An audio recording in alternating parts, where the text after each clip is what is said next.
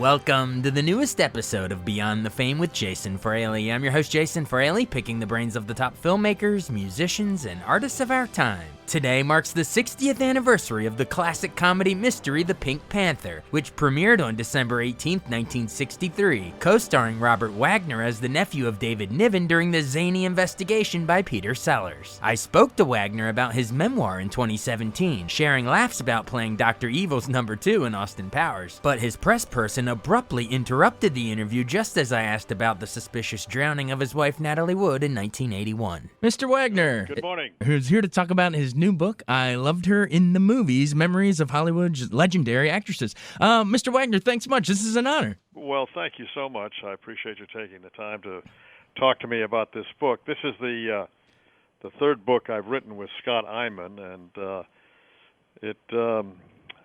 the response has been really very, very positive to it, and it was something that we enjoyed doing very much.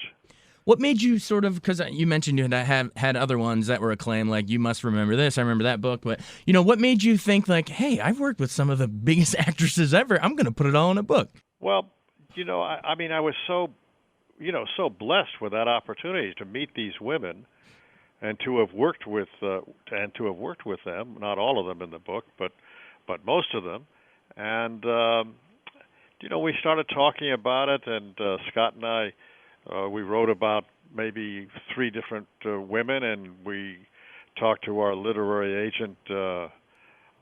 Janklow, and he responded to it very positively, and we took it back to our publisher who had published our last book, Rick Cott at Viking, and he responded to it in a very positive way, and off we went. We started to put it together.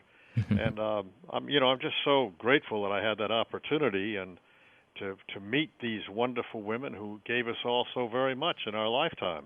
Definitely. Now, there's so many awesome actors, some of my all-time favorites in here as well, so let's just dive right into some of them. Tell us what you read about Bette Davis. Well, I had the fortune of meeting Betty when I was about 22 years old, something like that, and she played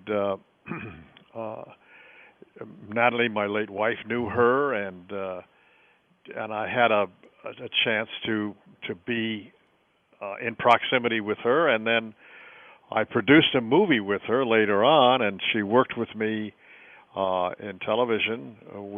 She was on a show that I did called It Takes a Thief, and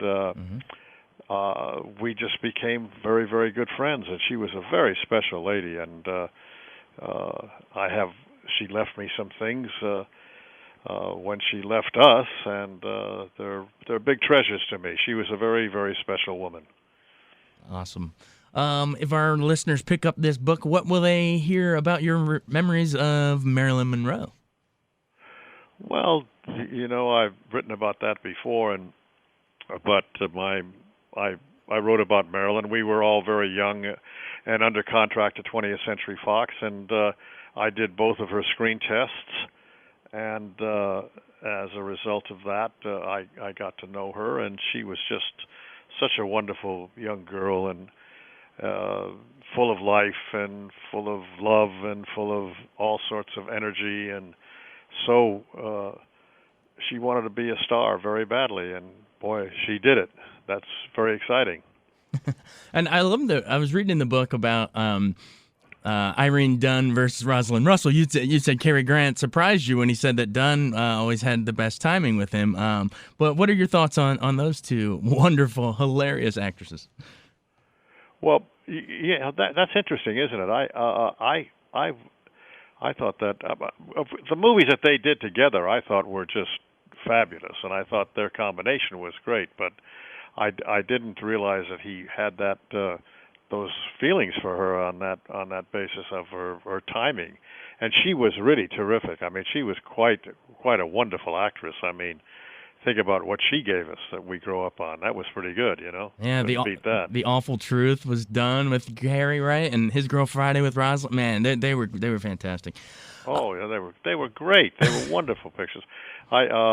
I did a piece on Rosalind Russell in the book. She was a lovely lady, and I I had the four. I've just been so blessed by meeting all of these wonderful women, and they really they worked so hard and they gave up so much in their lives. I mean, they were all very successful and it was all good, but I mean, those were the tough days. They were working 6 days a week, and tough to keep a family going and keep marriage going and keep a career going. That's big time, and they've only got so much time to do it in.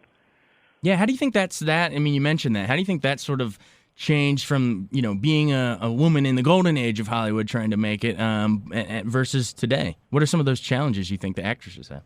Well, I think the challenges are all there. I mean, it's a very hard profession. It's you have to keep yourself in shape. You have to look good. You have to have the ability to be able to search for those characters and present them. And the young actresses we have today, they're just fabulous. I mean, I think there's so many wonderful actresses around, and they don't have the protection as much today as they did in the old days. Yeah.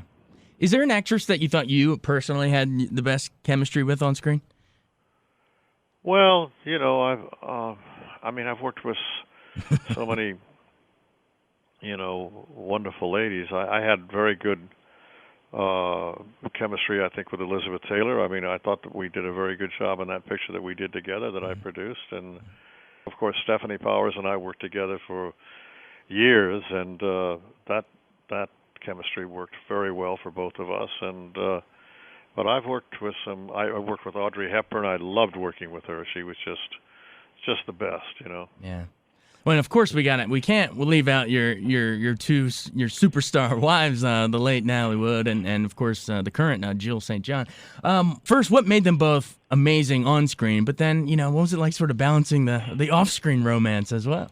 Would you ask me that again? I sorry. couldn't quite hear all No, I that. was saying, tell me about your two wives, Natalie and Jill. What made them so great on screen, and then also sort of balancing your off-screen romance? Well, it's always wonderful to be able to work with someone you're that close with, and I enjoyed working very much with Jill. Jill and I did quite a few things together, and also Natalie and I did several movies together, and it was great being able to, it's great being able to go to work and go home and you're both working on the same project. It's fascinating, I enjoyed it very much, and I was very grateful to have that experience.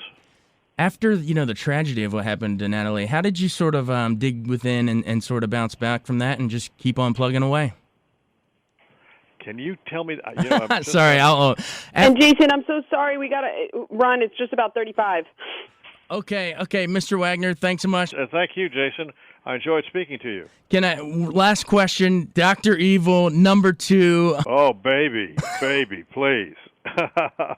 And your wife was Diamonds Are Forever. So how would number 2 talk to Tiffany Case? You got some good questions. Oh, baby. Thanks so much for listening to Beyond the Fame with Jason Fraley. Our theme music is Scott Buckley's Clarion. Remember to give us a 5-star rating if you like what you hear. We'll see you next time.